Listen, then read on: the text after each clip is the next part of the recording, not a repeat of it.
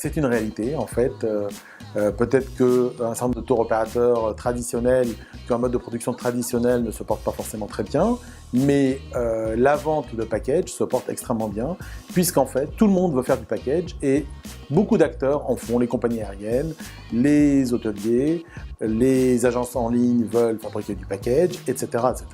Les compagnies aériennes elles-mêmes, sans même rajouter d'autres éléments que le vol, veulent packager le vol avec des ancillaries, etc., etc.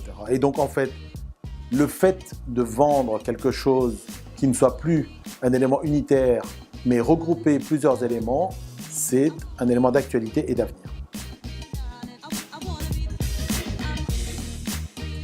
Il y a un nouveau mode de production de package, en effet, qui est beaucoup plus dynamique que précédemment.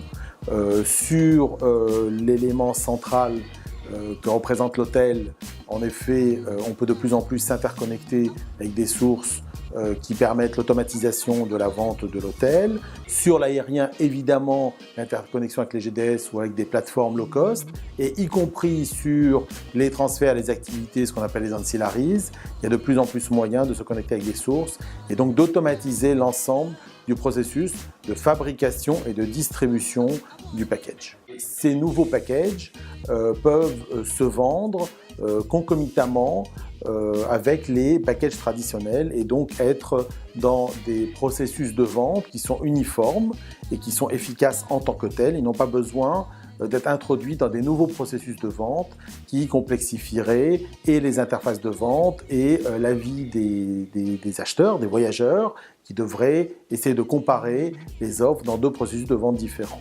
Et enfin, ça permet de vendre l'ensemble de la richesse de l'offre, c'est-à-dire l'ensemble des chambres d'un hôtel, des catégories, des occupancies d'un hôtel. Ça permet de vendre l'ensemble des vols disponibles sur une origine-destination et pas uniquement quelques vols paramétrés, puisqu'on est connecté avec le monde entier à travers les GDS.